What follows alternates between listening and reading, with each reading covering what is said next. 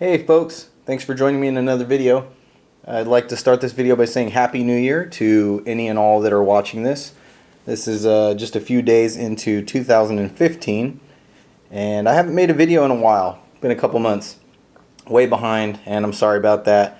Busy with the holidays and work and the usual stuff. But I did want to get a video out. This one's going to be a little bit more impromptu than some of my previous videos. Just thought I'd put some knives here on the table to show you some of my latest purchases, some of my latest acquisitions, talk about them for a little bit, and basically just sort of check in and touch base. I know I haven't, like I said, that I haven't been producing any videos lately, and I do plan to increase the number of videos that are coming out this year, hopefully. Every time I say I'm going to, I just get caught up in so many little things. For those of you who are not keeping up on Instagram, I do have a feed on there. You can find me under the same name, ItsAWonderfulKnife. So if you're interested in more day-to-day photos, little snapshots of what I'm carrying or things that I'm interested in, you can check in on there, and it's updated a lot more frequently than my YouTube channel has been. So I'll jump right into these knives here. The two that you see towards the top, this is the Gerber EAB and the CRKT, what's the name of this? Otanashi no Ken. I'll open all these out here. And then on the bottom, the top two, I was going to say, were gifts. I received these for Christmas from my beautiful wife. And the knife that you see here on the bottom is the 511 CUB Master 2.0. You can even see it's got a little bit of oil still on it from the factory. I carried this one a couple times, a couple days I should say, since I've had it, and I've had this less than a week. Pretty cool little knife. It's my one and only karambit at the moment. I wanted to say karambit there for a second. One and only karambit. I did own one prior to this knife. It was a Ruko Fox something something. It had a little wave feature on it, but I didn't like I had bought it used, came from a yard sale. The handles were kind of beat up. I thought the blade, it had sort of a desert camo pattern. I thought it was kind of ugly. And so I ended up selling it. But then 511, you can see the logo there, had a pretty decent sale on this knife on their website. I'm not sure if it's still available, but it was under $50 with shipping included. And so I decided I'd go ahead and pick one up and try my hand at another karambit, this time one that was nice and new that I could sort of put through its paces. If you've been following my channel for any length of time, it's kind of a cool little shadow thing happening there.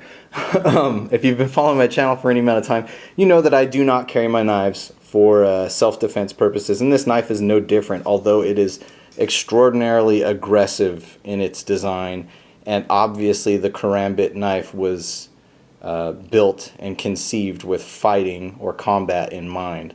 But that does not mean that you can't use this knife for all sorts of day-to-day general utility cutting tasks.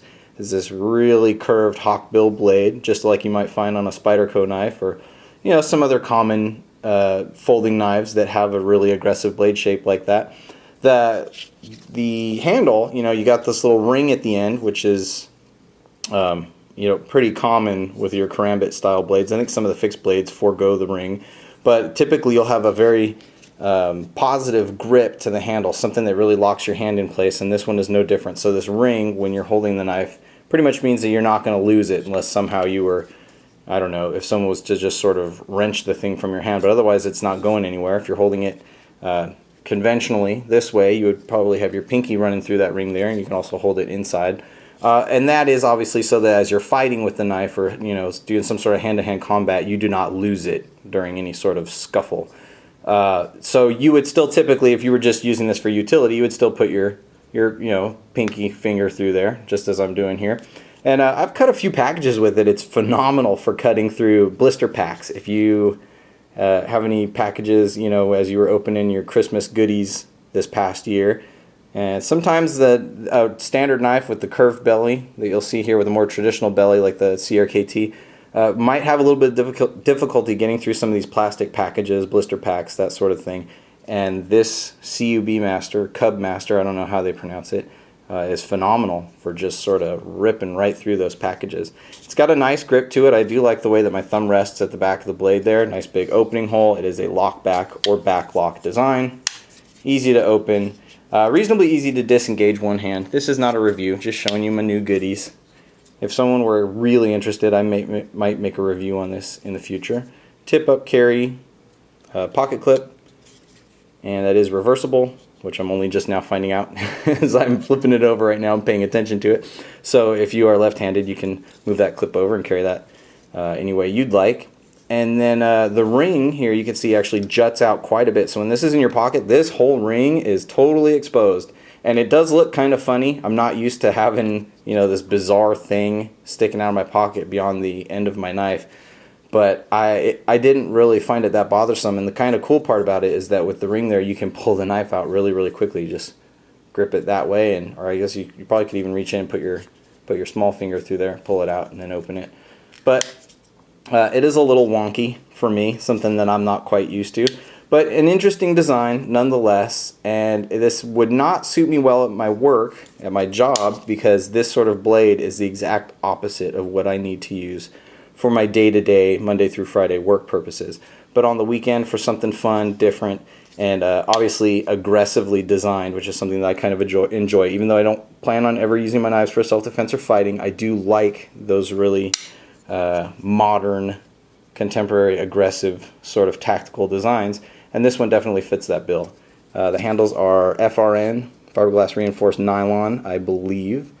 And these particular ones are gray, and they've got little tiny 511 logos all over them.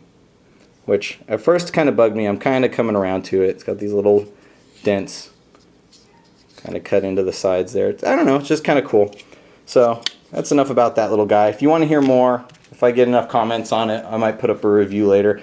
I think I'm going to keep it. At first I got it and I was like, you know what, am I going to keep that, or am I just going to play with it for a while and get rid of it? But I was using it on a few boxes and some tape and some packages, and I thought it was cool, so I've decided I am going to keep that after all. I like it. And for under 50 bucks, if you can still get one, great deal. S30V blade on that too, so really nice steel in the blade. Probably just about impossible to beat getting that steel with that sort of quality and for that price. So definitely check it out if you're interested. This is the CRKT Otanashi no Ken. And I forget the fellow's first name, but you can see the last name of the designer, Williams.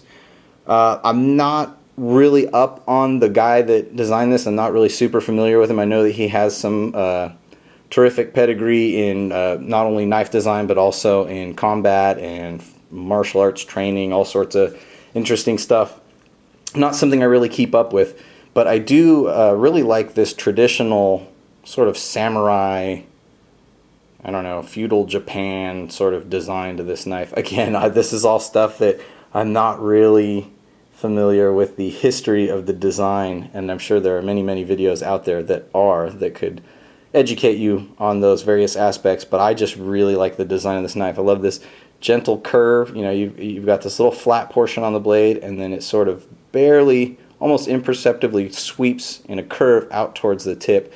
That's just a very, very aggressive piercing type blade. It actually reminds me, just the tip anyway, of my Kershaw Leek, which also has a really narrow, pointy tip in, you know, to the blade profile. So easy to pierce through any sort of plastic or cardboard. It just sort of zips right through it. And I haven't cut too much with it, but for the stuff that I have cut, the coating on this has been holding up really well because I have used it several times. I have not brought this to work. I think that this slight curved portion will still work for me for what I use my knives for at work, but I haven't tried it yet there. Just been using it mostly around town, around home. G10 handle on one side, stainless steel frame lock on the other. For anyone that's interested, this was purchased new, given to me as a gift, and there is the lockup. It's what folks would probably consider to be late, fairly late, so I don't know how that'll hold up over time. If it does move all the way over and develop some lock issues or lockup issues, maybe I'll contact CRKT and see what their warranty is like, but that'll probably be a long time in the future, if at all, because I do tend to carry so many different knives throughout each week. And it does have the locks well, I shouldn't say it's the auto lock system because that's the one that automatically locks for you, but this one has the locks LAWKS function or feature to it, and what that does is you slide this little switch forward once the knife is locked open and engaged, and then it moves a small little piece of metal inside near the pivot that keeps the lock bar from moving all the way over so that it can't be disengaged. Theoretically, I'm not sure what type of pressure or what type of situation would cause that to fail. I imagine there's something out there. Someone will find some way to overcome that. But it is a nice little safety function. And what I really like about this version of this safety lock versus the auto lock system is that it does not automatically engage. So anyone that's owned a CRKT knife, or even if you haven't, if you just want to know, the auto lock system means that when you open the knife all the way, this little bar is spring-loaded and jumps forward on its own and automatically engages that secondary lock. I don't care for that at all, because I like, rather than having to hold that down and then disengage the lock, I just want to be able to fold the knife closed at my leisure without having to think about that. So this, for me, it's a nice little bonus feature, but I'll pretty much never use it. That'll probably always stay in that position, because for my purposes, the frame lock is plenty on its own. It's a very long knife. The 511 Cub Master or CUB Master, by comparison, the blade is less than 3 inches. It's like 2.7 or 2.8, something like that, at least cutting length. But the actual blade is definitely less than 3 inches. This one, the blade is over 4 inches, if I recall, and I do not have the specs near me, nor do I remember off the top of my head, but almost a 5-inch blade, nice long. I think the handle is over 5 inches, and if you've been watching my channel for any length of time, you know that I like a very large blade. Well, I shouldn't say blade, I should say knife, because typically I like a large handle on my knife. I like all of my fingers to fit easily on the handle with plenty of room to sort of move into whatever position I might prefer. If I want to move farther back or forward, I don't like when my pinky hangs off the back of the knife. That's something that kind of bugs me. And so even some knives that have a relatively short blade but a long handle, like the Spyderco Paramilitary 2, that's a big favorite of mine, because I like just having that large surface area on the handle, and I'm not really as worried about the length of the blade. But of course, when you buy a large knife, along with that long handle, you usually get a long blade. And here you have the Otanashi no Ken, which is exactly that. Now, CRKT did just release a newer version, a smaller version of this very same knife. It's just shrunk down probably 20-30%, somewhere in that range. It has a different name, which I don't remember off the top of my head, but if you look it up, I think Blade HQ carries that one already. It's probably going to start being, I think it's an exclusive to them now, but it's probably going to start being carried in other places eventually. But the same basic design, but not quite as big. So if you just don't like large knives, or if you have much smaller hands, my hands are medium to large size, and you just want something a little bit less gigantic, then check out that newer version of this design. The blade steel in this one, I think, is AUS 8, and so not the fanciest, not the latest and the greatest, but totally serviceable. And then this little guy here is the Gerber EAB, and I think that's Easy Access Blade. I might have just completely made that up off the top of my head, but it sounds right. I think that's it. EAB, Easy Access Blade. It is a utility knife. Very, very simple. It is a liner lock design, as you can see there. I find it a little bit difficult to disengage one-handed, and I don't know if that's something that's going to get better over time. I really kind of have to wiggle the end of my thumb into the lock to try and get it to disengage, and probably more than half the time it doesn't want to. There, I kind of got it, but it was a bit of a struggle. And the outside of it is quite smooth. There is a little bit of a raised area from that little screw, which is how you would remove the blade here, and that sort of acts as a thumb stud for opening it, but it's a little bit slippery.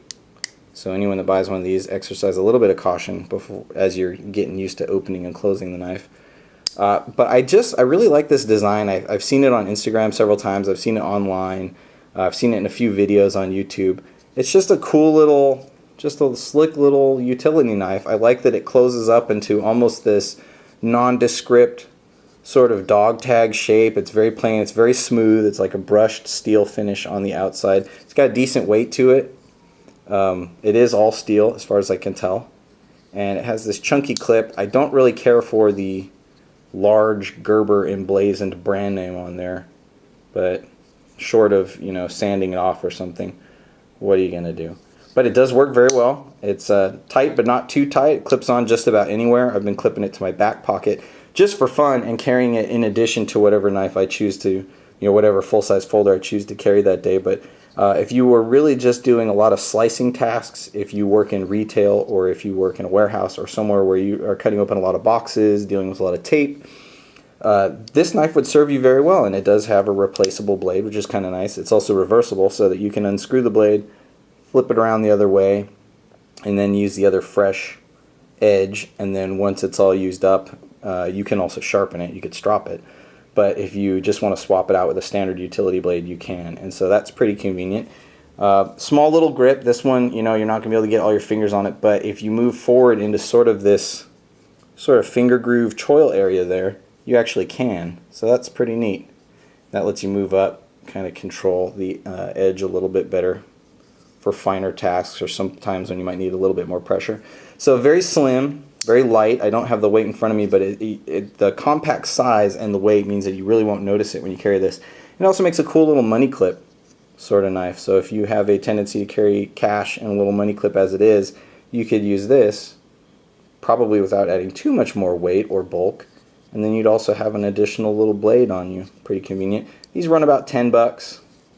Maybe a little bit more, 10 to 15 bucks, somewhere in that range. But I just really like the design of this. I like how it sort of disappears and doesn't really look like a knife when it's all folded up.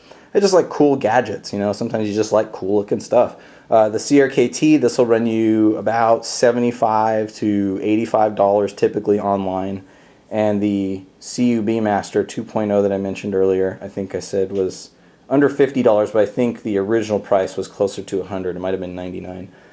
So I have one more knife in the mail that I'll make a video on pretty soon. Again, it's going to be a while before I get any real decent use out of these, so I may come back with a review on these sooner or later. If a lot of people are really interested in one in particular, I may try and fast track that and put it up sooner. But I just kind of wanted to wish you all a Happy New Year and show you some of my new toys, let you see what I've been sort of, doing since I've been kind of gone from YouTube for a while here. And let you know that I have not disappeared, and I'll be producing some more videos very soon.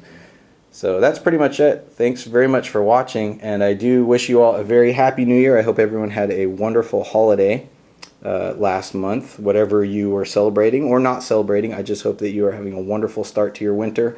Everything's going well, and hopefully we'll all have a fantastic 2015. Thanks very much for watching, and I will talk to you all soon. Bye.